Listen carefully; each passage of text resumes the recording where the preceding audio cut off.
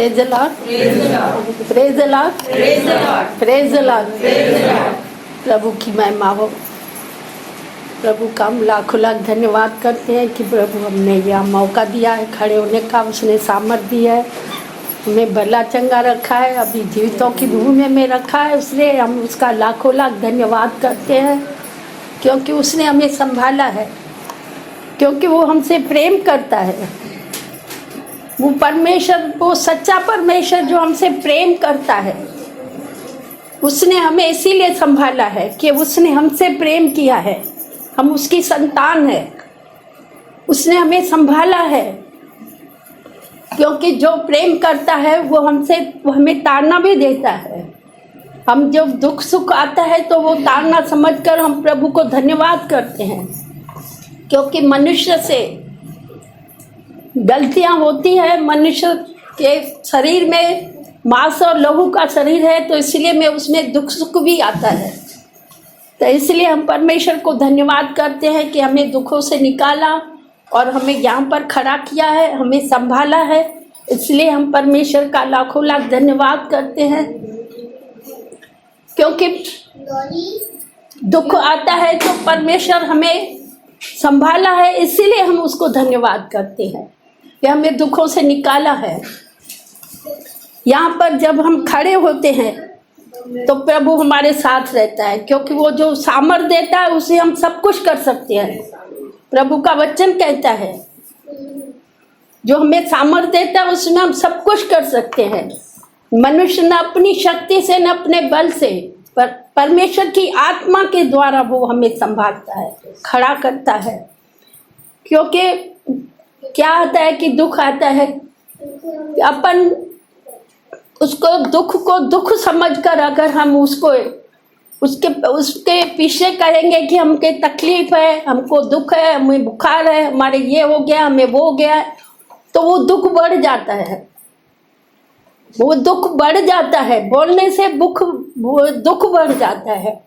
तो हमको वो अंगीकार नहीं करना है। हम कहते हैं हमें कुछ नहीं है। प्रभु कहता है मैंने संभाला है ना तुझे, मैंने तुझे जीवन दिया है ना, तू अपने सामर्थ्य से नहीं चल सकती है, क्योंकि मनुष्य के अंदर कोई शक्ति नहीं है, मनुष्य के अंदर कोई बल नहीं है, पर वो हमें संभालता है। इसलिए जब हम दुख में, हम चलते फिरते दुखों में हमने अपना काम किया, हमने पलंग नहीं पकड़ा, बेड नहीं पकड़ा। वो डॉक्टर कह रहा था कि तू 20 दिन तक एडमिट रहती। प्रभु ने कैसे तुमको निकाला है वो हम नहीं जानते, क्योंकि जो हमारे अंदर है वो सच्चा और जीवित परमेश्वर है। उसकी हमारे अंदर आत्मा है और वो हमें सामर्थ देती है और वो हमें बल देती है, वो हमें चंगा करती है कि हमें अपने मुंह से अंगीकार नहीं करना है। ये मेरा अनुभव है। अगर हमको तकलीफ होती है तो पहला पूरा ध्यान जाता है, नहीं मैं नहीं उठूंगी, मेरे को कमजोरी है, मेरे को खाना अच्छा नहीं लगता है, मेरे को ये बीमारी है। पर हम कहते हैं हम कुछ नहीं है, हमें कुछ नहीं है, क्योंकि वो परमेश्वर हमें संभालता है। उसने ही हमारी कहता है कि मैंने बेटी तेरे लिए जान दिए, मैंने तेरे दुखों के लिए, बीमारियों के लिए 39 कोड़े खाए हैं। तो हमको उस पर विश्वास करना है, हमको अंगीकार करना है कि प्रभु तूने मेरे लिए कोड़े खाए हैं, तो मेरे को कुछ नहीं हो सकता है। ये तो डॉक्टर है, संसारी बातें हैं, वो बताएंगी कि यहाँ तुमको तकलीफ है, पर मैं डॉक्टर का इनकार करती गई। मैं, हमारा सच्चा परमेश्वर जो है वो चंगा करने वाला परमेश्वर है, और मैं को इतना प्रेम किया है प्रभु ने, मैं इतना बयान नहीं कर सकती कि जिन जिन लोगों के लिए प्रार्थना की थी, मैं विश्वास नहीं कर सकती कि उन लोगों ने लिए मेरे लिए प्रार्थनाएं की है। जब मेरे को फोन आ रही थी इधर उधर से, तो मेरे आंसू बह रहे थे कि दीदी कैसी आपकी तबीयत, आंटी तबीयत कैसी आपकी। मैं बोली नहीं बहुत अच्छी है। बोले अभी भी आप कमज़ोर है। मैं कमज़ोर नहीं हूँ, मैं प्रभु सामर्थ देता है मुझे कुछ नहीं है। तो फिर भी बोलते हंसते थे। और जिनको प्रार्थना भी नहीं करनी आती थी उन लोगों ने मेरे लिए प्रार्थना की। मेरे आंसू बहते थे। मैं बोलती देखो प्रभु तूने कैसे खड़ा किया है। प्रभु इनको 100 गुना नहीं 1000 गुना इनको आशीष देना। जो लोगों ने प्यार है, ये प्यार है, ये प्यार है उनका। मैं क्या दे सकी उनको? कुछ भी नहीं दिया। मैं अपने घर में थी, वो अपने घर में थे। हमसे फोन आती थी। वो नारंग पंजाबी सिस्टर है, वो हमारी फ्रेंड है, पुरानी सालों से है, तो यहाँ रहती थी, अभी बेंगलोर चली गई है। उसके लिए मैं प्रार्थना करती हूँ, तो बातचीत भी होती रहती है। तो अचानक प्रार्थना उसने फ़ोन किया कि ऐसी, मैं बोली ऐसी, बोली आवाज़ आपकी ऐसी आ रही है, तबीयत अच्छी नहीं क्या? मैं बोली मैं प्रार्थना करूँगी। 2-3 बार उसकी प्रार्थना फ़ोन आ चुकी है कि मैंने तेरे लिए प्रार्थना की है। मैं प्रभु दीदी आपका बहुत बहुत धन्यवाद।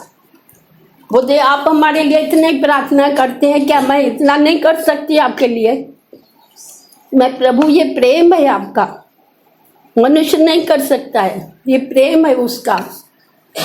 एक मेरी फ्रेंड है यहाँ पर रहती है, विश्वासी नहीं है, वो तो विश्वासी है नारंग, ये विश्वासी नहीं है, पर वो हमसे प्रार्थना करवाती है रोज डेली शाम को 6 बजे। हम उसकी प्रार्थना, हमको फ़ोन आती है।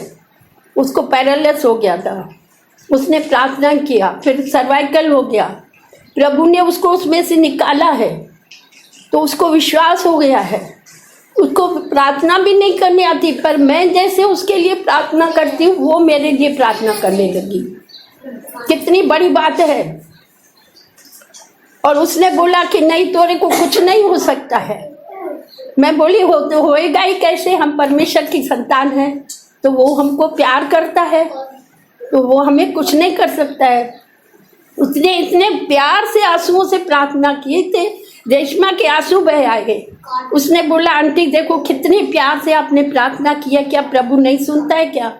बोले मेरे को प्रार्थना आती नहीं है, पर मैं कैसे भी किया प्रार्थना, प्रभु आपके शब्द नहीं देखता, आपका मन देखता है।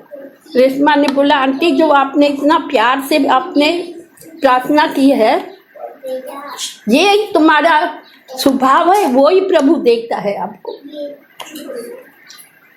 मेरी बेटियां मेरी नातिन करती है, अमरावती में है बेटी, उसकी बेटी है, वो भी 10th हो गया उसका।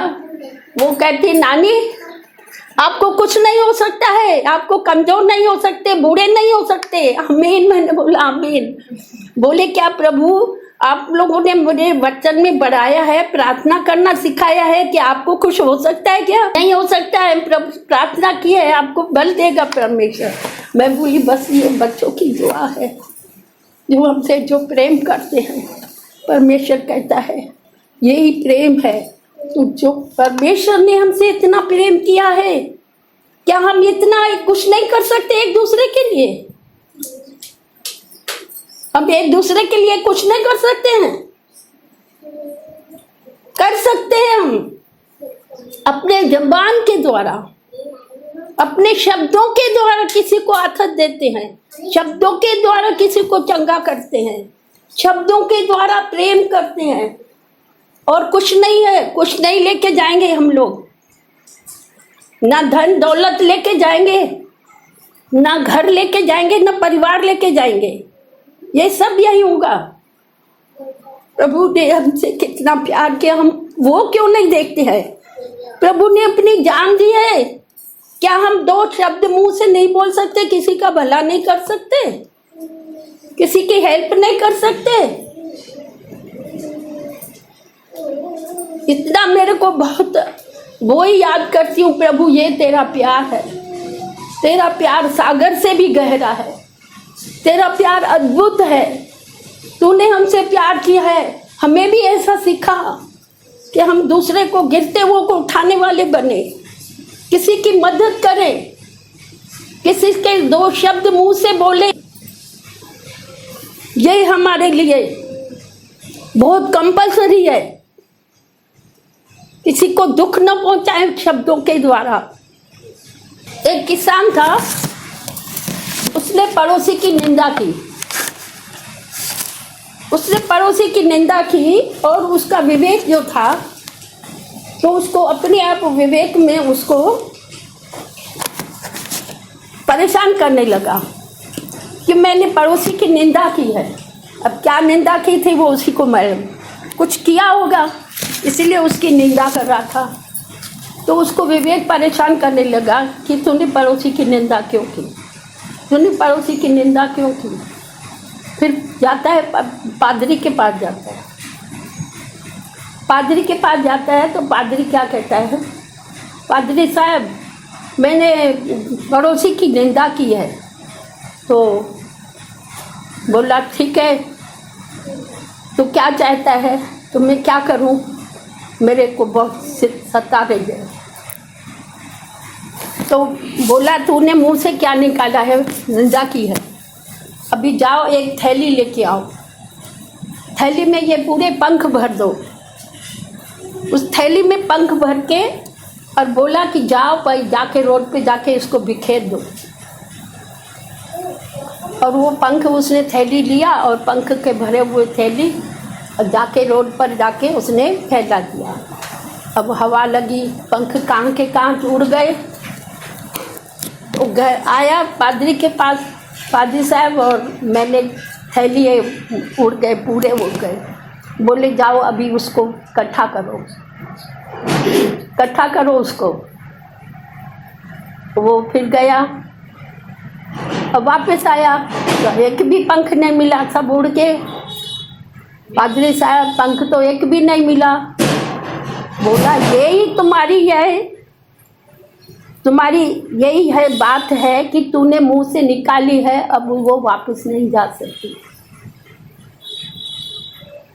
इसलिए हम अपने मुंह को कंट्रोल करें, जीभ को कंट्रोल करें। कोई मुंह से गलत शब्द न निकले तो किसी को ठेस पहुंचे। ये जीभ है वही मृत्यु देती है, वही जीवन देती है। नीति वचन 6 का 1 पढ़ेंगे। इसमें भी वचन में लिखा है कि अगर तू अपने पड़ोसी के हाथ में पड़ चुका है तो जा उसको, उसके मुंह के अपने वचनों से तू फंसा है। इसलिए मेरे पुत्र अब यह काम कर, अर्थात तू अपने पड़ोसी के हाथ में पड़ चुका है तो जा उसको साष्टांग प्रणाम करके मना ले। तू न तो अपनी आंखों में नींद और न अपनी पलकों में झपकी आने दे। अब वचन क्या सिखाता है हमें, वचन क्या सिखाता है? वो जो मुंह से बताया ना, वो ही कहता है कि ये भी हमको जीवन से लागू बातें है, जीवन से लागू है ये बातें। क्योंकि हम मुंह से तो बोल देते हैं, किसी को श्राप देते हैं, किसी को आशीष देते हैं, किसी का परमेश्वर का नाम लेते हैं, पर ये बहुत बड़ी गलत बात है, बिल्कुल गलत बात है। तो प्रभु हमारा कैसे हृदय शुद्ध होगा, कैसे हृदय शुद्ध होगा? हम किसी को टाउटिंग कर देते हैं, ये बहन ने ऐसा किया, वो बहन ने ऐसा किया। अरे तू किसी का भला नहीं चाहती तो तू कौन होती है बोलने वाली? परमेश्वर देखता है हमको। इसीलिए उसने पादरी साहब ने बोला कि यही अभी तुम्हारे जीवन से लागू है बातें, ये तूने मुंह से तो बोल दिया। जो वो क्या कहता है कि उसमें जिस स्त्री को विवेक नहीं वो सुअर के समान नृत्य पहनने वाली है, वचन में लिखा है, नीति वचन में। तो परमेश्वर हमें क्या सिखाता है? तो इसीलिए परमेश्वर ने हमसे प्रेम किया है, इतना प्यार किया है हमसे कि अपना इकलौता पुत्र दिया है कि ताकि जो भी उस पर विश्वास करके नाश न हो मगर अनंत जीवन पाए। उसने हमें अनंत जीवन दिया है ताकि जब हम उसके वचन को मनन करेंगे, जब हम उसके वचन को ग्रहण करेंगे। इसीलिए हमको परमेश्वर ने हमसे प्रेम किया है। तो प्रियो, जितना चाहे हो सके एक दूसरे से प्रेम करो, एक दूसरे की भलाई करो, एक दूसरे को उठाओ। जितना हो सकते है तो भलाई करो, नहीं होता है तो बुराई तो मत करो। किसी के मुंह से कोई को श्राप तो मत दो, क्योंकि हमने क्या देखा है, हमें हमारे जीवन में क्या है। जब हम किसी का भला करते हैं, दुआ करते हैं, तो हमको वो दुआएं मिलती है। आज वो नतीजा है, मैं खड़ी हूँ। जो मुझे सामर्थ्य देता है उसमें मैं सब कुछ कर सकती हूँ। प्रभु ने सामर्थ्य दिया है खड़े होने की, नहीं तो आज महीना भर तो पड़ी रहती कि कमजोरी है, ये है। प्रभु ने बल दिया है खड़े होने का। इसलिए मैं परमेश्वर का लाखों लाख धन्यवाद करती हूँ कि प्रभु ने हमें यहाँ खड़ा किया है। और आइए हम थोड़ी प्रार्थना करके वचन करेंगे, चालू करेंगे।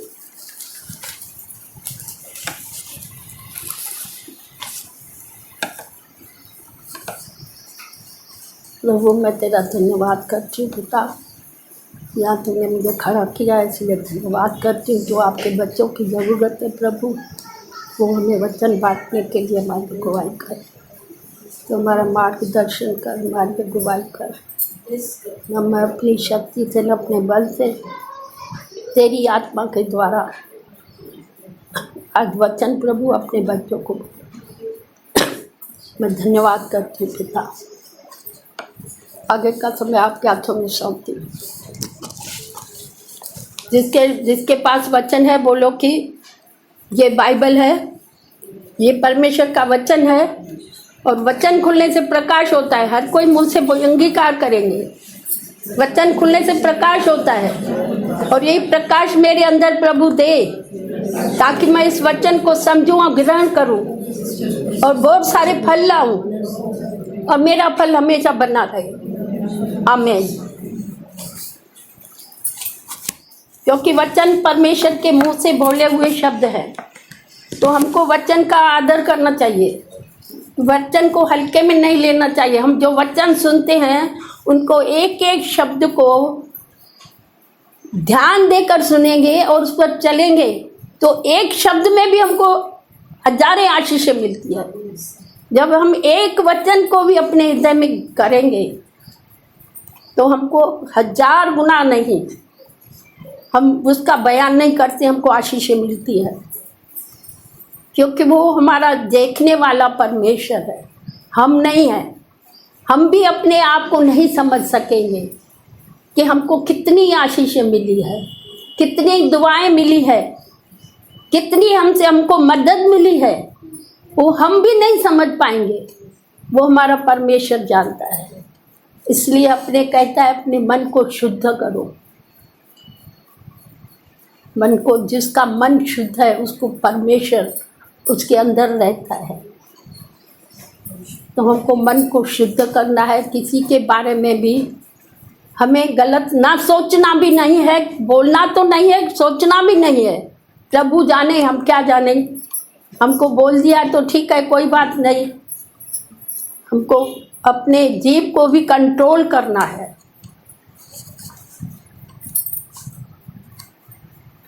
भी अब देखिए, पहला कुरिन्थियों 12 से पढ़ेंगे। क्योंकि जिस प्रकार देह तो एक है और उसके अंग बहुत से हैं, और उस एक देह के सब अंग बहुत होने पर भी सब मिलकर एक ही देह है, उसी प्रकार मसीह भी है। हाँ, आगे पढ़ो। क्योंकि हम सब ने, क्या यहूदी हो क्या यूनानी, क्या दास क्या स्वतंत्र, क्या ही आत्मा के द्वारा एक ही देह होने के लिए बपतिस्मा लिया, और हम सबको एक ही आत्मा पिलाया गया। इसलिए कि देह में एक ही अंग नहीं परंतु बहुत से है। यदि पाँव कहे कि मैं हाथ नहीं इसलिए देह का नहीं, तो क्या वह इस कारण देह का नहीं?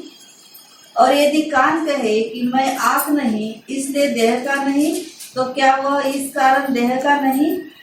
यदि सारी देह आँख ही होती तो सुनना कहाँ होता? यदि सारी देह कान ही होती तो सुनना कहाँ होता?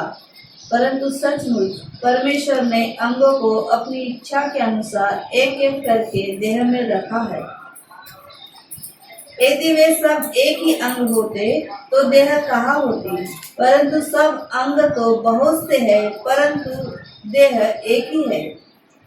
आँख हाथ से नहीं कह सकती कि मुझे तेरा प्रयोजन नहीं, और न सिर पाँव से कह सकता है कि मुझे तुम्हारा प्रयोजन नहीं। परंतु देह के वे अंग जो औरों से निर्बल देख पड़ते हैं बहुत ही आवश्यक है। और देह के जिन अंगों को हम आदर के योग्य नहीं समझे हैं उन्हीं को हम अधिक आदर देते हैं, और हमारे शोभाहीन अंग और भी बहुत शोभायान हो जाते हैं। कहाँ तक पढ़ूं? हाँ आगे पढ़।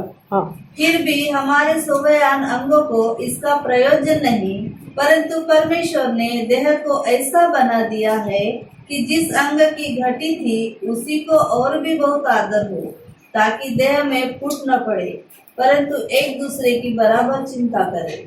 इसलिए यदि एक अंग दुख पाता है तो सब अंग उसके साथ दुख पाते हैं, और यदि एक अंग की बढ़ाई होती है तो उसके साथ सब अंग आनंद मनाते हैं। इसी प्रकार तुम सब मिलकर मसीह की देह हो और अलग अलग उसके अंग हो।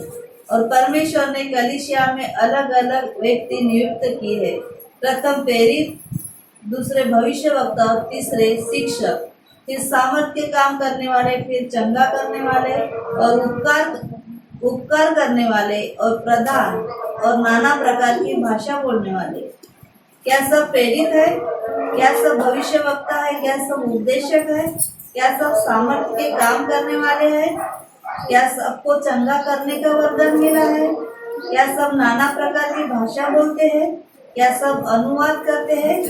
तुम बड़ी से बड़ी वरदानों के धुन में रहो, परंतु मैं तुम्हें और भी सबसे उत्तम बात बताता हूँ। अभी उत्तम बात बताता है। क्या कहता है कि शरीर में कितने सारे अंग हैं, सब अंगों का एक ही काम नहीं है। ये आप लोग घर में पढ़ के और इसमें मनन करना और गहराई में समझना कि ये वचन क्या हमें बताता है। कि ये जैसे शरीर में हर एक अंग काम करता है, तो हर एक कोई भी अंग में काम में अगर जख्मी हो जाता है शरीर को चोट पहुंचती है, तो शरीर पूरे शरीर में कष्ट होता है। उसी प्रकार हम जो परमेश्वर के ये सब कलीसिया के हर एक अंग हैं, सबको परमेश्वर ने अलग अलग वरदान दिया है, सबको अलग अलग काम दिया है। तो हम एक दूसरे की सहभागिता में रहे, एक दूसरे की सहायता करें, ना कि उनकी कमियों को देखें। वचन में लिखा है किसी की कमियों को मत देखो, अपने आप को ऊंचा मत समझो। अपने आप ऊंचा समझते हैं तो हम परमेश्वर के राज्य में प्रवेश नहीं कर पाएंगे। अगर हम चाहते हैं कि हम परमेश्वर का राज्य हमें मिले, हम स्वर्ग मिले, तो अंश अंश करके बदलते जाओ। जैसे अपन वचन में आते हैं, भवन में आते हैं, तो यहाँ सुन के उधर से निकाल के मत जाया करो, उसको थोड़ा मन में मनन करो कि परमेश्वर का वचन क्या सीखा आज हमने आज क्या छोड़ा है, क्या कोई गलती तो नहीं की है, क्या हमने कोई मुंह से कुछ गलत तो किसी को नहीं बोला है। अगर इंसान है कर भी देते हैं तो प्रभु से क्षमा मांगे और अपने आप को जांचें। अगर हम क्षमा मांगते हैं तो यानी हम सचेत हैं आत्मा में, हम आत्मा में सचेत हैं और अपनी गलतियों को सोच रहे हैं, तो प्रभु हमारे मन में आत्मा, उसकी आत्मा हमारे अंदर आत्मा है, वो हमारी आत्मा में वो हमारी सहायता करता है कि तू देखा तो सही, ध्यान तो दिया, सोचा तो सही, किसी को तूने गलत बोल दिया, तो प्रभु हमें क्षमा करता है। अगर हम अपनी गलतियों को मानते ही नहीं है, हमने क्या बुरा कर दिया, हमने बोला तो क्या गलत कर दिया, तो प्रभु उसका 100 गुना हमसे बदला लेगा। तो हम प्रिय, हम परमेश्वर की संतान है, हम कैसे नहीं है खास मंदिर में जाए, हाथ जोड़ा, प्रभु से माफी मांगा, हो गया। हमारा जीवित परमेश्वर है, ये जीवित परमेश्वर की चर्च है। तो इसमें हमें क्या करना है, उसके परमेश्वर के वचन को मनन करना है कि हमारे शरीर में कितने अंग हैं। अगर एक अंग को चोट लगती है तो पूरे शरीर हमको तकलीफ पहुंचती है, हमसे प्रार्थना नहीं होती, हमसे खाना नहीं होता, चलना नहीं होता। तो ये अपने आप को क्यों नहीं हम जांचते हैं ये क्यों नहीं हम सोचते हैं अपने आप को कि ये भी तो हमारे परमेश्वर के अंग हैं, कलीसिया के अंग हैं। हम जब इनकी मदद करेंगे तो प्रभु हमारी मदद करेगा। जब हम इनकी मदद करेंगे, ये जो हमको दिखने में नहीं आता है, तूने नहीं देखा, तूने नहीं देखा, उसने नहीं देखा, और ने किसी ने नहीं, पर परमेश्वर ने देखा तेरे को, क्योंकि उसकी आत्मा हमारे अंदर है। हमारे जीवित परमेश्वर की आत्मा हमारे अंदर है। मामूली नहीं है, हम लोग संसारी लोग नहीं है कि हम अंधकार में चले। प्रभु ने हमें ज्योति में लाया है, कहता है तू ज्योति की संतान है। जब हम ज्योति में चलेंगे तो परमेश्वर हमारी मदद करता है। हमें अंधकार में नहीं चलना है प्रियो, ये तो हम अपने आप को धोखा देते हैं। ये हम अपने आप को धोखा देते हैं कि हम मसीह लोग हैं। हमारा दुख है, हमारा बीमार है, हमारे पास गरीबी है, हमारे पास बच्चे परेशान करते, आप तुमको परिवार दिख रहा है और ये परमेश्वर का परिवार नहीं दिख रहा है। किनके पास तकलीफ है, क्या है, हम उनसे कभी पूछा है? उनके लिए कभी प्रार्थना किया है? प्रभु ने हमें आज यही सिखाया। मेरे को उथल पुथल कर दिया आत्मा ने। देखा तुम्हारा परिश्रम व्यर्थ नहीं है, तुम्हारा परिश्रम व्यर्थ नहीं है, कहता है प्रभु। मैंने बेड पे सोए सोए भी उनके लिए प्रार्थना किया, धन्यवाद किया, प्रभु तू कितना महान परमेश्वर है। मैंने उनको नहीं देखा पर परमेश्वर ने देखा उनको। तो अपने लिए मत जियो, ये संसार अंत का समय है। सिर्फ अपने अपने कामों में व्यस्त मत रहो, सच्चाई से आगे बढ़ो, सच्चाई से परमेश्वर की महिमा करो, उनके वचन को मनन करो, किसी की मदद करो। आज इससे बढ़कर कुछ नहीं है, कुछ भी नहीं है। अगर किसी की मदद करोगे वो ही आपकी मदद करेगा। इससे बढ़कर और कोई सेवा नहीं है प्रियो, कोई सेवा नहीं है इससे बढ़कर। यही सेवा है, एक दूसरे की मदद करो। हमको किसी ने देखे न देखे पर परमेश्वर देखता है, वो हमारी मदद करता है। कैसे मदद करता है वो हमको पता नहीं चलता। बीमारी में भी हमारी मदद करता है, भूखे रहने में भी हमारी मदद करता है, कहीं जाते वक्त भी हमारी मदद करता है। हमको करता है ना, वो कहता है ना कि जब तू आग पे चलेगा तुझे आग नहीं लगेगी, जब पर तू पानी पे चलेगा पानी तुझे डुबो नहीं सकेगा। इसका मतलब क्या हमको आग में चलना पड़ेगा क्या? यही संसार आग है, यही दुख आग है, वही है, वही हमें प्रभु बचाता है।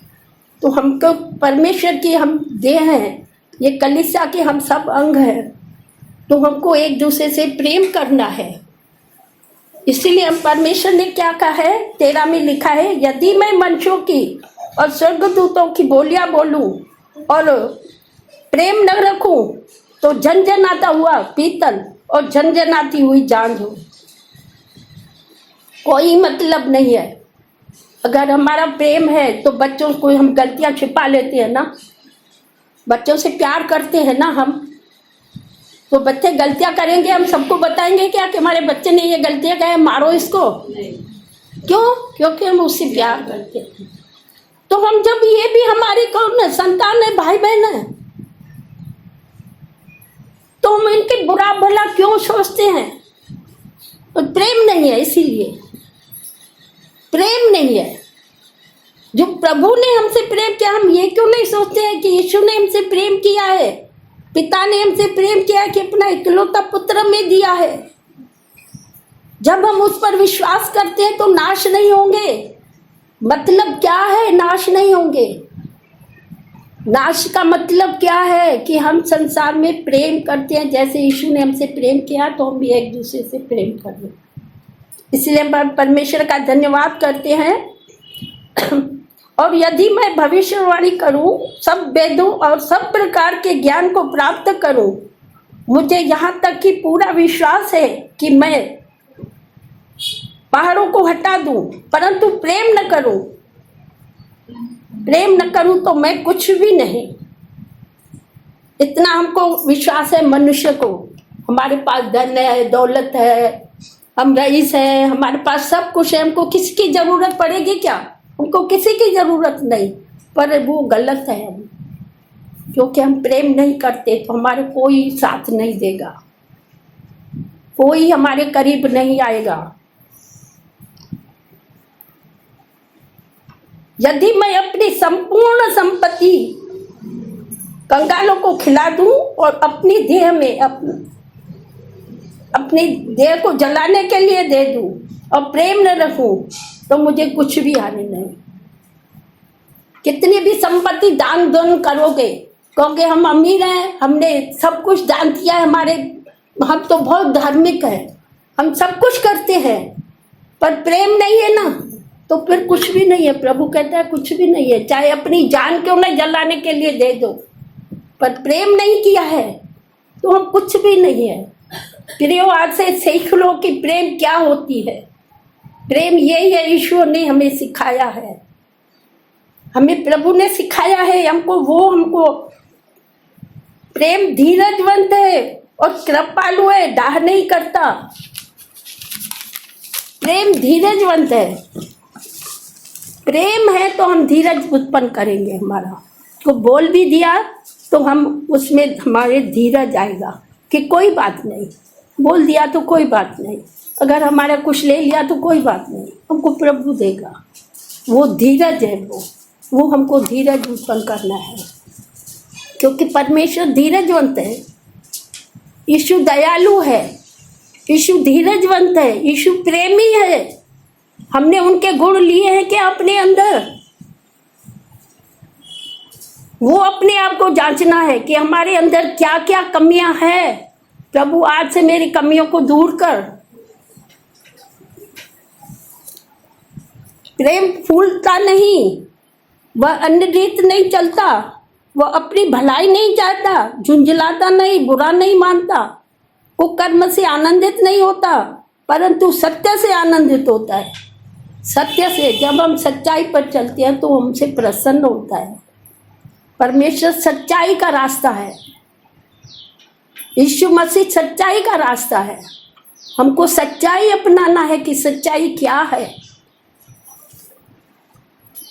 परंतु सत्य से आनंदित होता है। वह सब बातें सह लेता है, सब बातों की प्रतीत करता है, सब बातों की आशा रखता है, सब बातों में धीरज धरता है, क्योंकि यीशु मसीह ने सह लिया था। वो जब क्रूस पर चढ़ा तो उसने सब कुछ सह लिया, सब कुछ सह लिया, उसने दुख अपना सह लिया उसने। प्रभु फिर भी क्या कहता है? प्रभु इन्हें क्षमा कर, ये नहीं जानते हैं। कितना धीरजवंत है। क्या हमारे पास इतनी है सामर्थ्य?